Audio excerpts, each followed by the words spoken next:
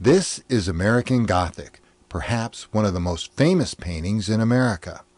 The artist, Grant Wood, grew up in Iowa, in the Cedar Rapids area.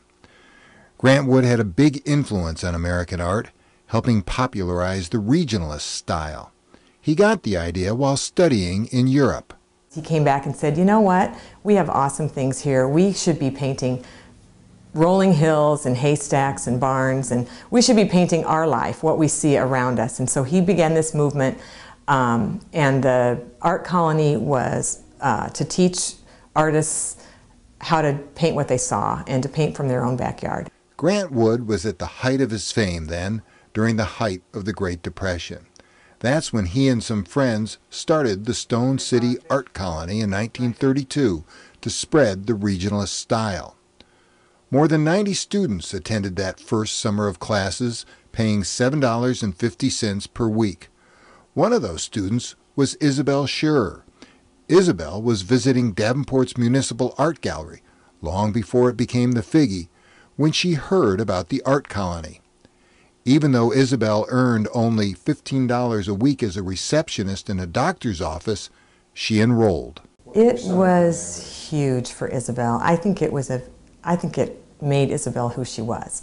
Isabel was a woman whose artistic endeavors began early. One of her first art projects began on a family outing. She and her brother George busied themselves making sculptures with river mud. They took the clay home, they sculpted it into little figurines and stuffed it in tin cans, and Isabel's thought was, well, you have to fire clay to make it permanent, so they stuck it in the family furnace. And her father found it and was not too happy with Isabel, but she didn't let that keep her back, obviously. She continued on to be a great sculptor. Another student at the Stone City Art Colony was DeWitt, Iowa native John Bloom. John, too, had begun creating art at a young age. He used to exhibit his artwork at the Iowa State Fair in Des Moines. And in 1932, he won first place in the art fair with a sculpture named The Wrestlers. And Grant Wood was the judge. So Grant Wood invited John Bloom to the art colony. But John didn't have enough money for tuition. Still, Grant Wood admired John's talent and wanted him there. He used to say that Grant Wood told him that he was a much better artist at painting people and drawing people than he was. So Grant Wood told John he could work as a groundskeeper and attend the art colony for free. That helped John's art and his love life, because that's where he met Isabel Scherer. Isabel was sculpting on the porch of the women's residence, and John had to sweep her shavings off the porch. He teased her that she was making quite a mess for him. Both John and Isabel fondly remembered their time at Stone City.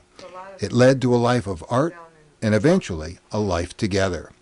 When the art colony ended, John and Grant Wood collaborated on several large murals as parts of government works projects. I think John liked everything about art. You could put a pencil in his hand and he would start sketching. With the murals completed, John came to Davenport, and he and Isabel were married. Their first home was the old Masonic Temple in downtown Davenport. It had a very large room that the two artists made into a studio, half for Isabel and half for John. Early on, John dreamed of making art a way of life. It wasn't very long after that I discovered you couldn't make a living at it. There's a couple-year interval where I was working part-time and painting part-time. It was a busy life, good way to spend it. I wish John would have painted more after he graduated from, after he worked with Grant. But of course, back then everybody needed work, and John went to work for advertising companies. Isabel stayed home and kept house. She also kept making art, giving art lessons, and by the 1950s, she was teaching art to a much wider audience with her TV show on WOC, Let's Make Believe. The first half of the show, she would tell a little story using little puppets and sculptures that she made and a little set that she painted. And the second half of the show, she would demonstrate an art lesson for the kids. For the Blooms, art was a way of seeing the world.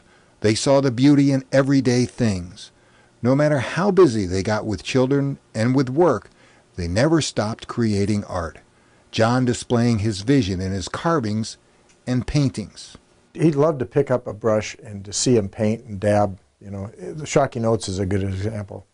The whole area of the wheat behind the, in the painting, he would work for hours on just the tops of the wheat.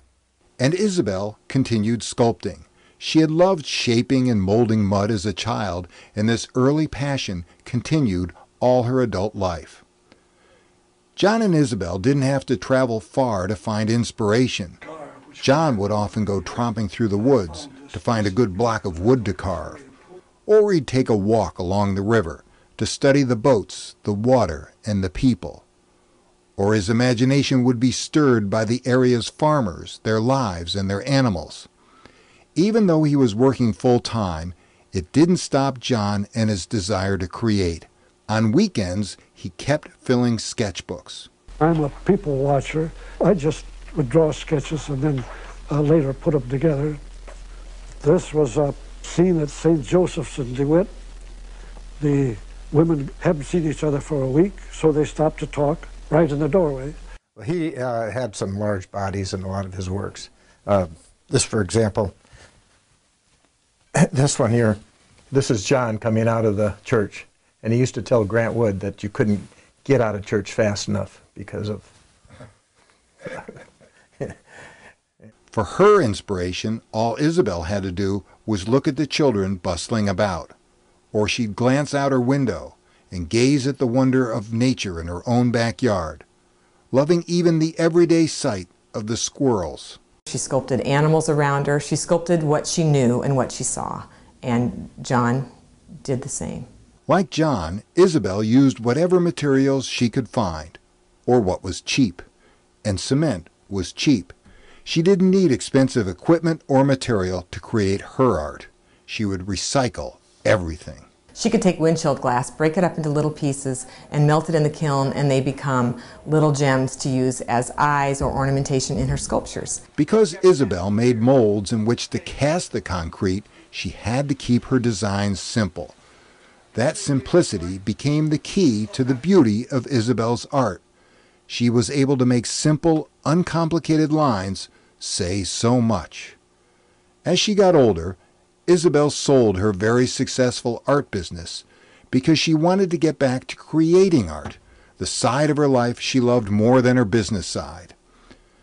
John and Isabel Bloom spent a lifetime seeing beauty in everyday things, in the life and the objects around them.